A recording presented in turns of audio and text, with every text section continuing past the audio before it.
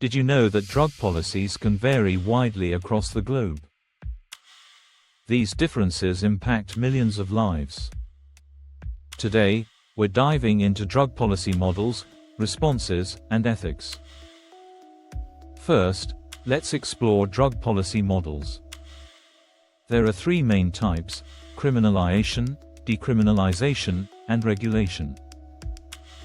Criminalisation makes drug use illegal. This often leads to arrests and jail time. Decriminalisation reduces penalties for use but doesn't fully legalize it.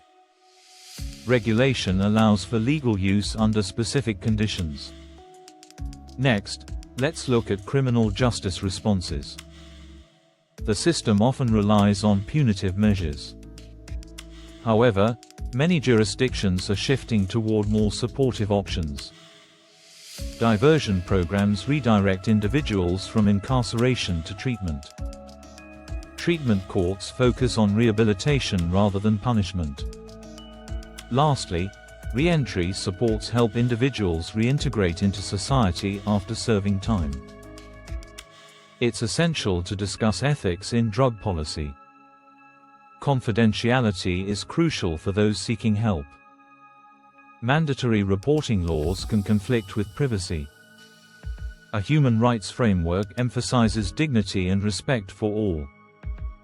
To illustrate these concepts, consider a person caught with a small amount of marijuana.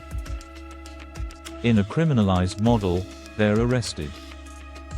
In a decriminalized approach, they may receive a fine. Meanwhile, a regulated system could allow personal use without penalties. The result?